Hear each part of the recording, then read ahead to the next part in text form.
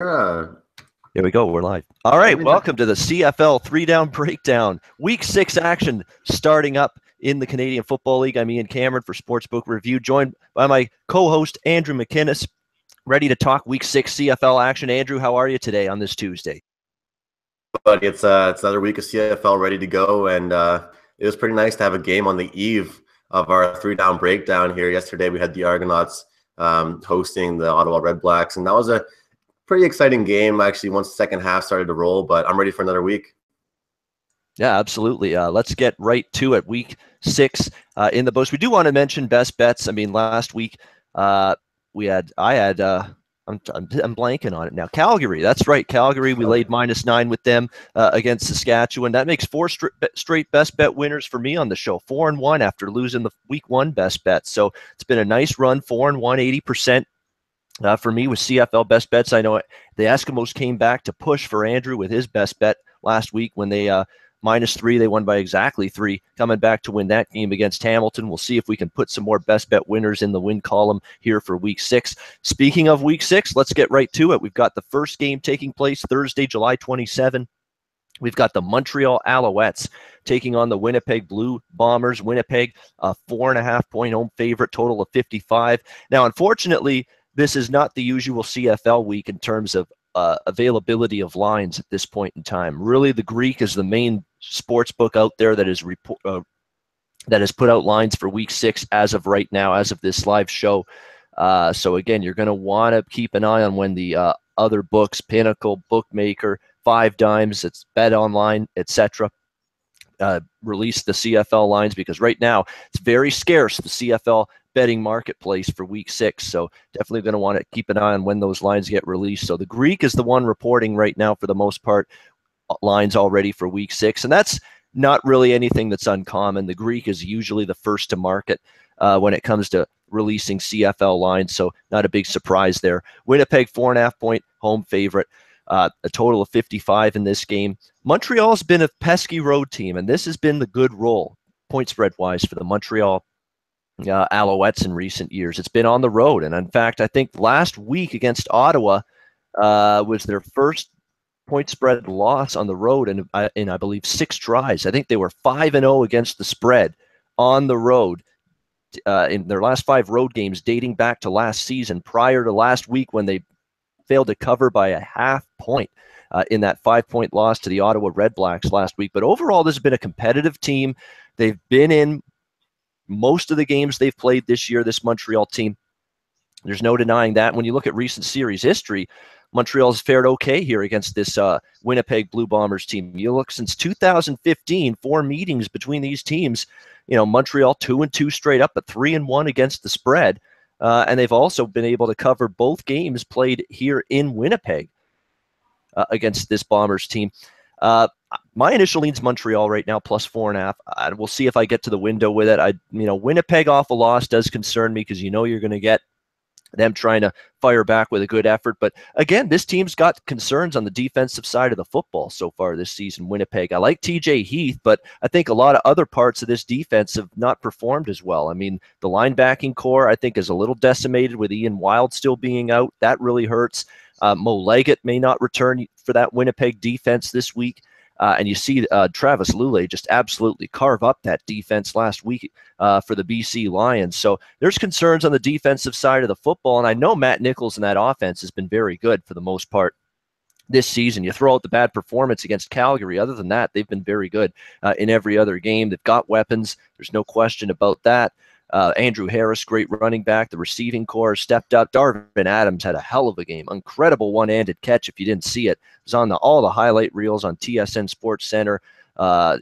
Unbelievable catch. Darvin Adams. Of course, he was a great receiver at Auburn. Remember, he won a national championship with Cam Newton there with the Auburn Tigers a few years ago. Great receiver, Darvin Adams, and had a great game. Just one of many weapons. We know how good Weston Dressler is at receiver for this Winnipeg team. So they've got weapons, but their defense concerns me. And their defense on a little bit of a short week, Friday to Thursday, laying these kind of points does concern me a little bit. So I do have a little lean to Montreal here, plus the 4.5. Andrew, what's your take? Alouettes Bombers Thursday night. Yeah, well, looking at this Montreal team, I just feel like it's one of those teams where they're just like that little fly on the wall that just won't go away. It's like that team that just wants to bother you and kind of just stay in games. And they use their defensive strategies that way as well. They're good at stopping teams, but they're also able to put up points. The difference between, I think, Winnipeg and Montreal is that the depth isn't really as there for Montreal. Darian Durant throws 35 or 45, 452 yards passing. I mean, that's impressive. But do you really expect him to do that every single game? I don't think so. And that's the problem. I think I have Ernest Jackson, 8 receptions for 101 yards. BJ Cunningham, 5 receptions for 101 yards. Will they keep up that performance? That's kind of the question. I do agree with you on your lean, Ian, simply because I just like the way the scrappiness of the Montreal defense and the way they can contain teams. And I just don't like the way Winnipeg kind of just relies all on their offense. Matt Nichols has really impressed me this year. The way he puts up points, the depth that they have. I mean, if we wanted to throw up stats right now for Winnipeg's wide receivers and how many slot backs they have catching balls and running, we'd be sitting here all day, Ian, because their depth chart is so big. But at the same time, I just think that their defense lets them down so much, Ian. It's kind of a shame, really, for a quarterback that puts up so many points for his team, and the defense can't get a freaking stop for them to save their lives. So in summary, I do agree with you on that Montreal lean, but I am curious to see where the line will go and what kind of movement we'll see throughout the week, where the Sharks will be betting, because I do like the amount of points that Winnipeg can put up, and I do like the way that they'll probably bounce back. But again, I just think Montreal is too scrappy of a team to just go down and give up that many points. You know what? I'm waiting for that switch to flip for the Montreal offense here, Andrew, in terms of, Darian Durant really feeling comfortable. He hasn't had that complete four full quarter performance yet, where he's just been terrific from start to finish. And when that happens, I think I'm going to be looking to bet some more Montreal games over the total. I really think there's going to be a point when this team transitions into more of an over team. I really do believe that because for what I think it'll happen, it's just a question of when. Is it going to happen this week, next week? Is it going to be a month from now, maybe 2 months from now? But I think it will happen, because I think Durant and the offense will get better as he gets more comfortable with a new team, new players around him, new system, new head coach as well. And also because I think this defense for Montreal, their key players are a little long in the tooth from an age perspective. You look at Chip Cox and John Bowman, those two guys, mainstays on this Montreal Alouette defense for years. They're still decent. They're still good players, but they're not that high level, all-star type player anymore. There's decline in their game. I've seen it already a little bit. So I think that defense is still solid for Montreal. It is, but not quite as good as they've been in the past. I do like their secondary, though. Jonathan Mincy's been fantastic, and again, had a very good game last week against the Ottawa Redblacks. He's become a good shutdown corner. I mean, you throw the ball in his direction, good luck trying to get your receiver to catch it. But I do think Montreal will be an over team at some point. It's just a question of when that is, and it's basically going to come down to how quickly Darian Durant grasps this offense and gets a lot more comfortable in it. And it just depends on when that ends up being, when that ends up happening. BC, one more point there, Ian.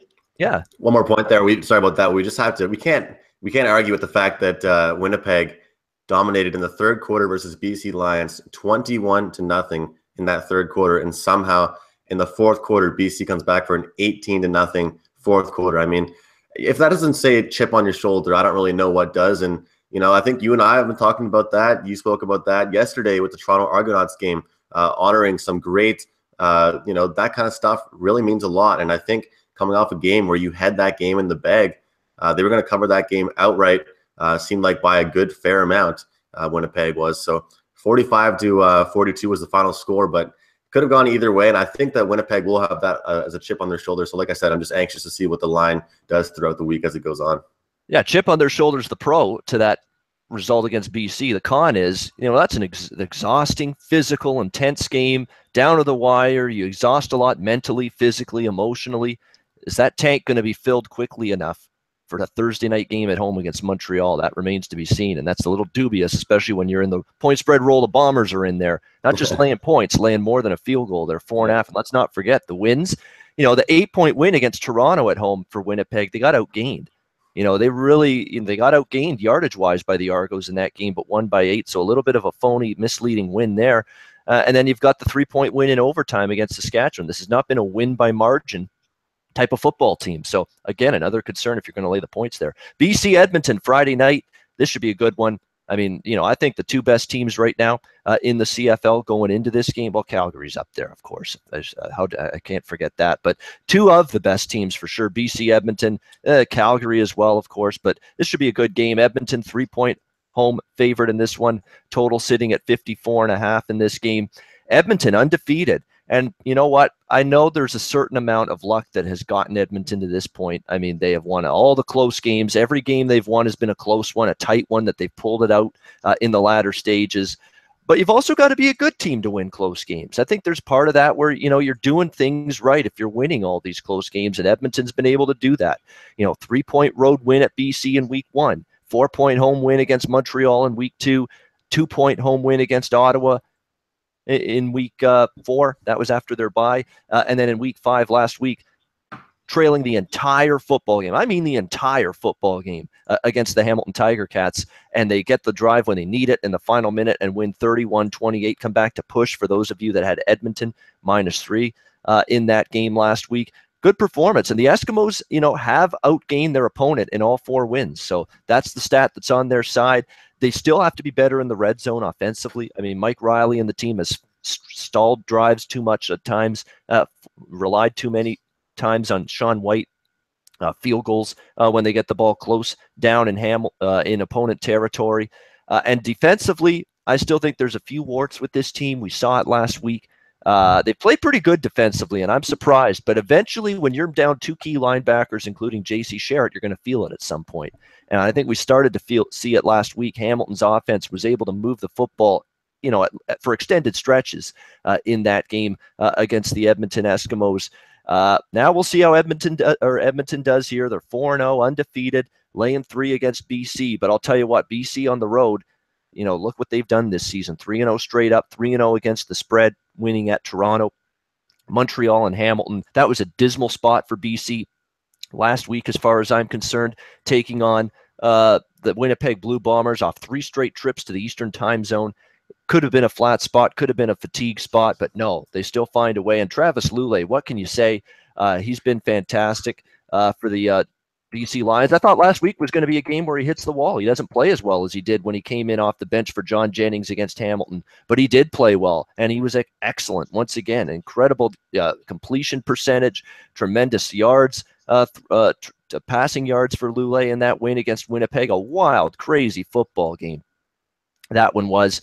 He was terrific in the game, found all his key receivers. Brian Burnham, a huge game. Iannuzzi had a big game. Arsenault with 2 touchdowns. Nick Moore. I mean, they've got a lot of weapons, this BC team, in terms of throwing the football. I think Jeremiah Johnson's a good running back. Lulay, 28 of 43, 404 yards. He did have 2 interceptions, but both of them not exactly his fault. Got pressure. Receiver broke off a route at times. So, but another great performance by Lulay. And from what I've read, he's going to be the starter again. They're certainly not going to rush Jennings back after the performances Travis Lulay has had the last couple of weeks. So very fascinating game.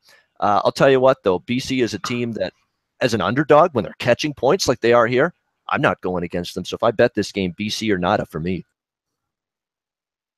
Yeah, it's a good point. It's going to be probably the best game of the week. It's kind of funny that you mentioned them as the 2 top teams, and obviously Calgary is in the mix there. So those 3 teams there, but this is definitely going to be probably the most exciting game of the week. You and I had spoke off air, and I was asking you your thoughts about where this total is going to end up at the end of the week. Right now, it's sitting at 54.5, and it's tempting for me the way Travis Lulay is playing. Last week, I said to you, Ian, I do not think Lulay is going to have back-to-back performances. He came in for Jonathan Jennings 2 weeks ago. He was pretty calm, took care of business, got 2 TD passes. And once again, this week, he kind of took care of business once again. And like you said, why would they rush Jonathan Jennings back into play? Looking at the Edmonton Eskimos, that was an interesting game they played. I'm kind of shocked the way that game kind of transpired, how they kind of took a whole 3 quarters to wake up, and then come the 4th quarter, they were the Edmonton Eskimos again. So it's kind of an interesting game there. Felt bad for Hamilton there. I thought they were going to get their first real win there, and it didn't really come out. But I'll tell you one player I'm really impressed with, and that's Trayvon Van. The running back for the Edmonton Eskimos. He does everything for this team. He can catch a 2-yard pass and end up running for 20 yards. He'll break through tackles. He's pretty small guy. I mean, he's not the biggest guy on the football field, that's for sure. Brandon Zylstra, I mean, he's probably one of my favorite wide receivers right now, Ian, just the way that he kind of gets himself open. But not only that, just once he catches the ball, he's on a mission. He's not one of those wide receivers like, I'm a fan of Greg Ellingson for the Ottawa Red Blacks, but I don't really see him running too much after he catches it. Brandon Zylstra catches the ball and he'll still run, try and go through people just because the big stature that he has. I mean, he's a pretty big unit. And yeah, like I mentioned, Lule, 404 passing yards. I mean, you mentioned it yesterday. What kind of a great team can you want? I mean, this is looking like the Warriors right now. Their backup QBs and they're all-star right now. They can't really be too upset. Looking at this guy with 404 yards, that's a backup quarterback. He could probably be starting on some of these teams in the CFL. So looking at this game, Edmonton -3, I'd probably actually lean more towards the total just because I think it is going to be a shootout.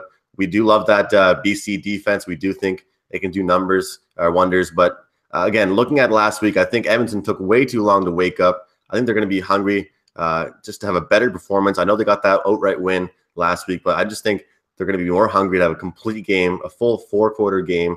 It should be a shootout. So I would lean towards over 54.5. Yeah, just in comparing totals, these teams have already played each other once this season. Week 1 in BC, Edmonton 30-27 winners in that game in BC, outright as underdogs. Total in that game was 59.5, and you're basically getting a 54.5 here. So from a value perspective, there's a 5-point difference. You've got 5 points more to your advantage, like in the over. And I really like the BC defense, but I am a little bit concerned that secondary could be a little bit gutted, depleted this week. They lost a couple players to injury in that wild game against Winnipeg, and there's no telling if they will suit up Friday night in Edmonton.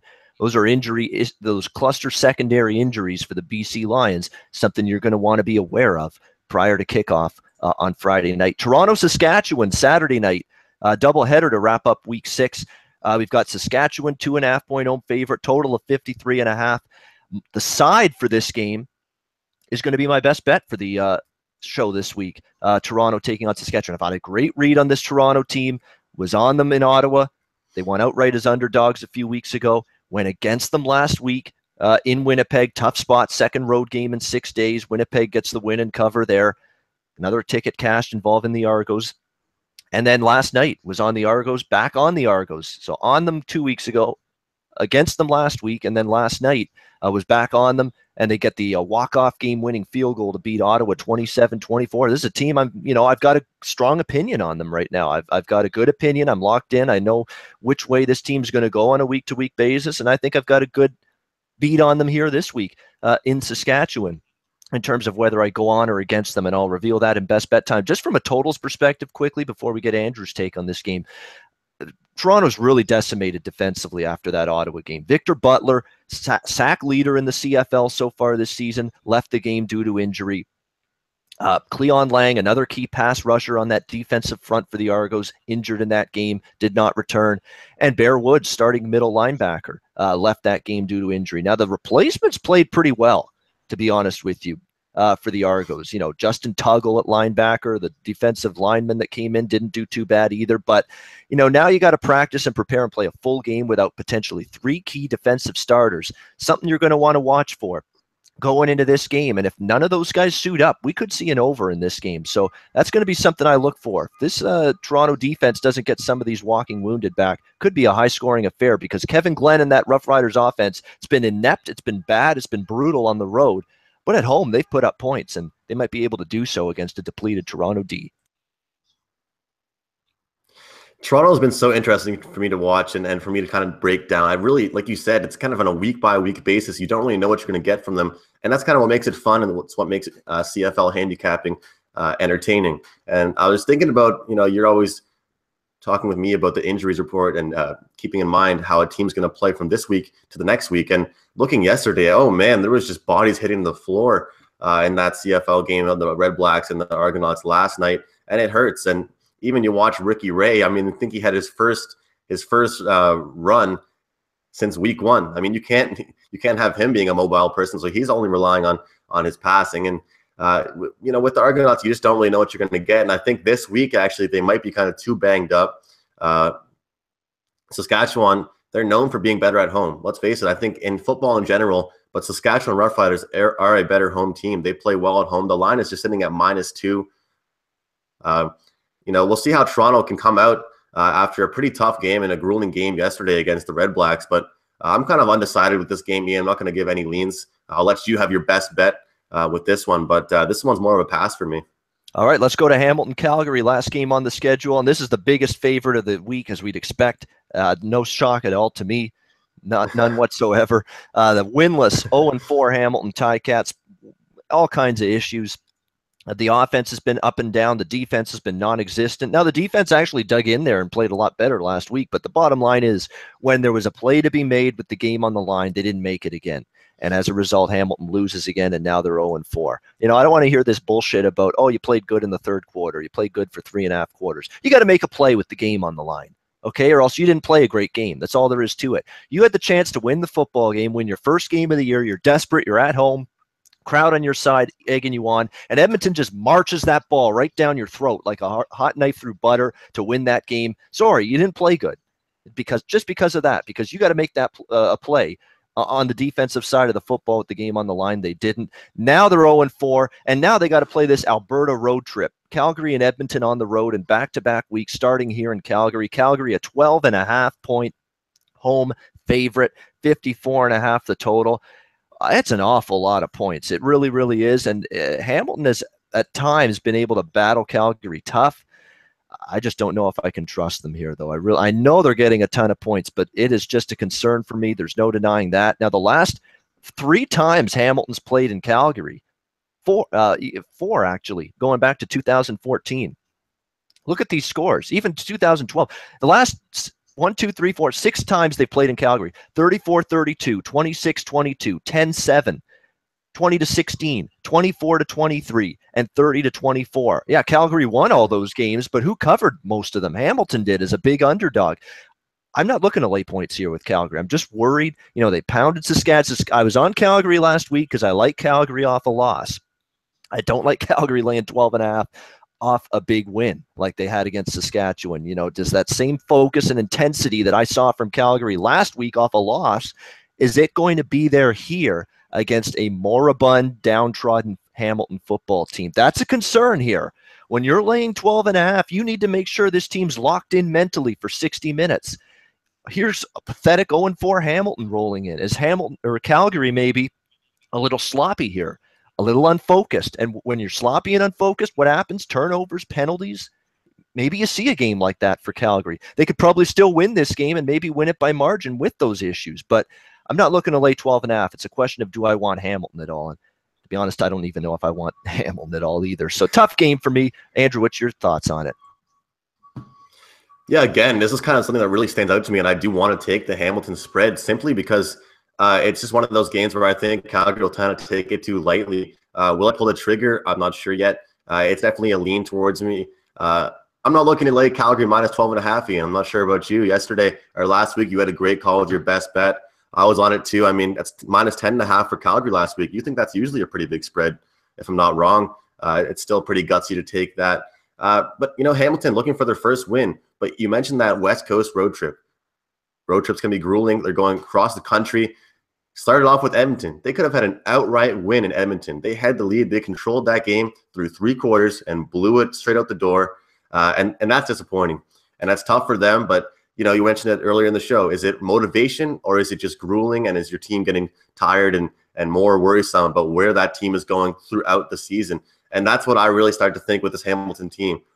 Are they going to go into a depression, or are they going to get out of one and get a win here? So, I would lean towards Hamilton actually, but again, it's just too hard to read because you don't know the inconsistency of this team. My biggest question in this game is, how lightly are the Calgary Stampeders going to really take this Hamilton team? Maybe we won't even see Bo Levi Mitchell start. Let me get a backup in there and play this crappy team of the Hamilton Tiger Cats. We'll see what happens. But that's not really what I'm going to go for. But my lean would actually be the Hamilton Tiger Cats plus 12, just simply because the spread is so big, and I think they're kind of worthy of that 12 points. Yeah, here's my thoughts. They signed Dominique Ellis earlier, I think yesterday, former cornerback that was cut by the team in training camp. They brought him back. Who knows if that's going to work out, but at least he's got some experience, unlike some of the, guys they've got in there now. If they don't get Abdul Kanay or Emmanuel Davis back for this game, their two top cornerbacks projected to be coming into the season. If Hamilton doesn't get any of those guys back for this game, I'm probably going to look over the total. In this game, 54.5. Look, Hamilton's been flying over the total. That game didn't necessarily deserve to go over the total against Edmonton last week, but it still did because Hamilton's defense couldn't get a stop when they needed it. I think it goes over if they don't get any reinforcements back in the secondary.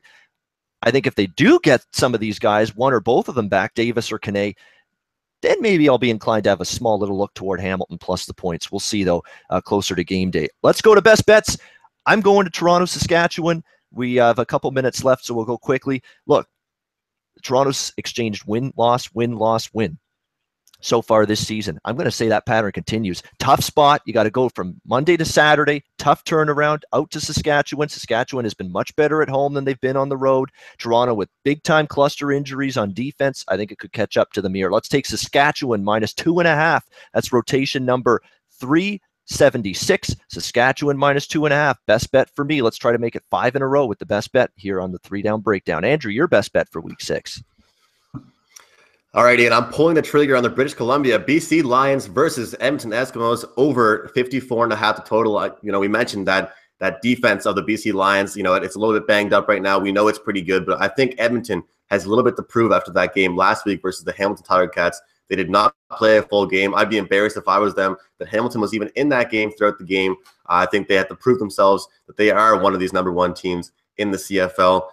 Travis Lulay stepping in for Jonathan Jennings, passing for 404 yards.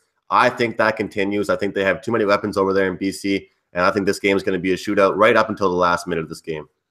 All right, there you go. BC Edmonton over. Best bet for Andrew for week 6. That's going to wrap up the 3-down breakdown for this week. I'm Ian Cameron for Sportsbook Review. And remember, the IFBC 2017 edition, inaugural edition, hosted by Sportsbook Review, San Jose, Costa Rica. It's next week. Check out ifbc.live for all the information. And if you punch your last-minute ticket to that event, you can do so taking a look at that website. It's next week, August 4th and 5th down in San Jose. I'll be there. So many great SBR on-air personalities will be there. It's going to be a great event. IFBC next week. Make sure you check out the website for all the information. So until next week, for Andrew McInnis, I'm Ian Cameron. Enjoy CFL Week 6 action and good luck.